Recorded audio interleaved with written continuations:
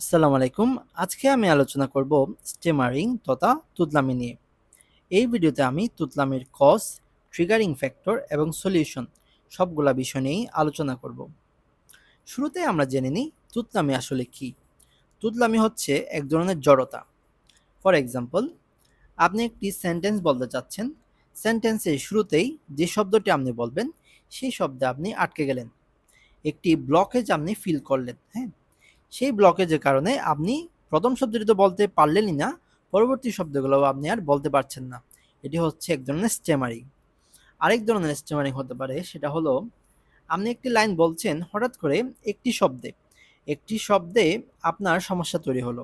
হইতে পারে শব্দটা M, N, or K, or other যে কোনো লেটার দিয়ে শুরু হয়েছে। সেই শব্দটা আপনি একবার বলছেন এবং বারবার সেই শব্দটাই বলছেন। পরবর্তী শব্দটি আপনি আর কমপ্লিট করতে পারছেন না, পরবর্তী লাইন আপনি আর কমপ্লিট করতে পারছেন না। এটিও এক ধরনের স্টেমারিং। এখন আমরা জানবো স্টেমারিং এর মূল কজটা আসলে কি। স্টেমারিং এর মূল কজের মধ্যে সবচেয়ে অন্যতম হলো বংশগতীয়। যারা স্টেমারিং ফেস করে তথা থুতলামি ফেস করে, তাদের ৬০ ভাগই হচ্ছে বংশগতীয় কারণে। আপনার বংশে যদি কারো স্টেমারিং থেকে থাকে, তাহলে আপনার স্টেমারিং হওয়ার চান্স অনেক বেশি। আরেকটা জিনিস হতে পারে, সেটা হচ্ছে ব্রেইনের ডেভেলপমেন্টের ত্রুটি। আপনার ব্রেইন যখন ডেভেলপ হচ্ছিল, তখন কিছু নার্ভ আপনার এলোমেলো হয়ে গেছে। ফলে হচ্ছে আপনার বাক্য গঠন করার জন্য যে নার্ভগুলো দরকার ছিল, সবগুলো নার্ভ কমপ্লিট হয় নাই। ফলে আপনি স্টিমারিং ফেস করতে পারেন। অথবা মোটর কন্ট্রোলের সমস্যা। সেটি কি? সেটা হচ্ছে আমরা যখন কোনো কথাবার্তা বলি, সেটা হচ্ছে আমাদের ব্রেইন থেকে সিগন্যাল আসে, সেটা আমাদের ষড়যন্ত্রে যায়, সেটা আমাদের শ্বাসনালীতে যায়, সেটা আমাদের কণ্ঠনালীতে যায়, এবং আমাদের যে লাংসের ডায়াফ্রামও আমাদের কথা বলার জন্য অনেকাংশে দায়ী। হ্যাঁ, সেক্ষেত্রে এই সবগুলো অঙ্গের মধ্যে যে একটা কোঅর্ডিনেশন দরকার ছিল, সেই কোঅর্ডিনেশনটা যদি নষ্ট হয়ে যায় অথবা তৈরি না হয়, সেক্ষেত্রে আমরা স্টিমারিং ফেস করতে পারবো। আমরা স্টিমারিং ফেস করতে পারি। এখন স্টিমারিং আসলে ট্রিগারিং ফ্যাক্টর কি কি আছে? যারা স্টিমারিং ফেস করে তারা নিশ্চয়ই জানে, সেটা হচ্ছে ইমোশনাল স্ট্রেস আর অ্যাংজাইটি। অ্যাংজাইটি আর ইমোশনাল স্ট্রেসে স্টিমারিং প্রায় অনেকাংশে বৃদ্ধি পেয়ে যায়।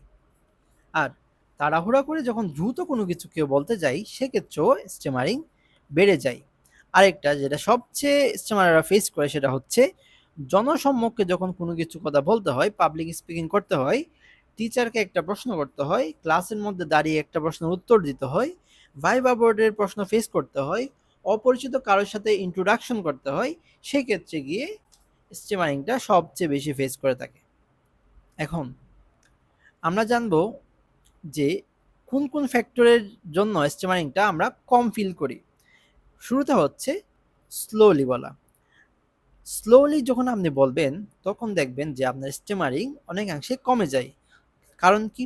কারণ তখন আপনার ব্রেইন স্লোলি যখন কাজ করে, আপনার ব্রেইন জানে আপনি কোন কোন শব্দটা বলবেন, এবং আপনার ব্রেইন একটু সময় পায়। হ্যাঁ, আপনার এয়ার সার্কুলেশনটা ঠিক থাকে। ফলে ধীরে ধীরে কথাবার্তা বললে আপনার স্টিমারিং অনেকাংশেই কমে যায়।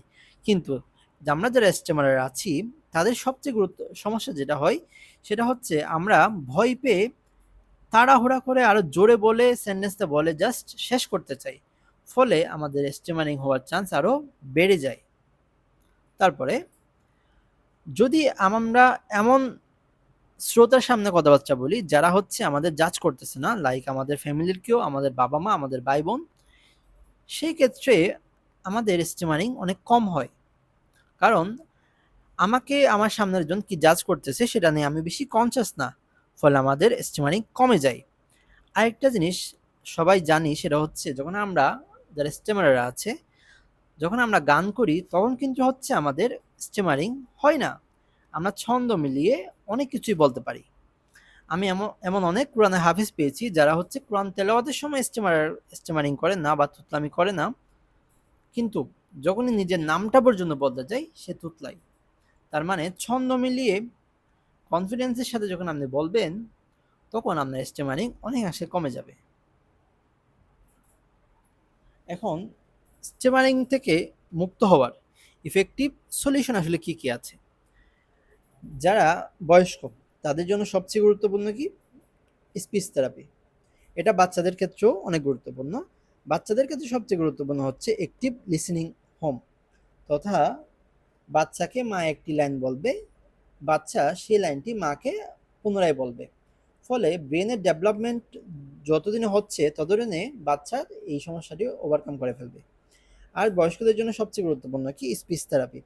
স্পিচ থেরাপিতে আসলে কিছু ব্যায়াম শিখিয়ে দেওয়া হয়, যে ব্যায়ামগুলো করলে আমাদের কণ্ঠনালী, ডায়াফ্রাম সবগুলা একটু কোঅর্ডিনেটলি আমরা হচ্ছে ফাংশন করতে পারবো এবং ধীরে ধীরে কথাবার্তা বলতে পারবো, কিছু টেকনিক ফলো করতে পারবো। ফলে আমরা স্টিমারিং থেকে মুক্ত হব না, একটু কমিয়ে আনতে পারি। ঠিক আছে? স্পিচ থেরাপির সবচেয়ে খারাপ বিষয় হচ্ছে যখনই আপনি প্র্যাকটিস করা বন্ধ করবেন, ব্যায়াম করা বন্ধ করবেন, তখনই আপনার স্টিমারিং আবারও বেড়ে যাবে। হ্যাঁ, আরেকটা আছে, সেটা হচ্ছে cognitive behavioural therapy. Cognitive behavioural therapy আসলে কি?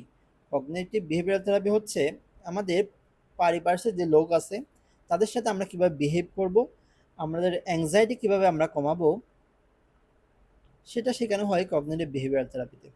আমাদের স্টিমারিংয়ের জন্য স্পেসিফিক কোনো ড্রাগ এ পর্যন্ত আবিষ্কৃত হয়নি, আবিষ্কার করা যায়নি, কিন্তু অ্যাংজাইটির জন্য কিছু ড্রাগ আবিষ্কার করা হয়েছে। সেই অ্যাংজাইটির ড্রাগগুলো যদি কেউ নেয়, সে যদি অ্যাংজাইটিটা কন্ট্রোল করতে পারে, তাহলে তার জন্য কথা বলা একটু সহজ হয়ে যায়, কারণ সে তখন অ্যাংজাস না। ঠিক আছে? এখন সবচেয়ে গুরুত্বপূর্ণ সেটা হচ্ছে আমাদের পরিবেশ, আমাদের চারপাশ, আমাদের পৃথিবীকে আমাদের স্টিমারিং সম্পর্কে সচেতন করতে হবে। যখন ক্লাসে কেউ দাঁড়ায়, তখন সে যখন স্টিমারিং করে আমাদের চারপাশের বাচ্চারা হাসে। হ্যাঁ, তারা বাচ্চা, এমনকি বড়রাও হাসে। সো আমাদের কনসিয়াসনেস অ্যাওয়ার করতে হবে, যার ফলে আমরা যারা স্টেমারার আছি তারা আরও কনফিডেন্টলি সমাজে চলাফেরা করতে পারি। ধন্যবাদ সবাইকে।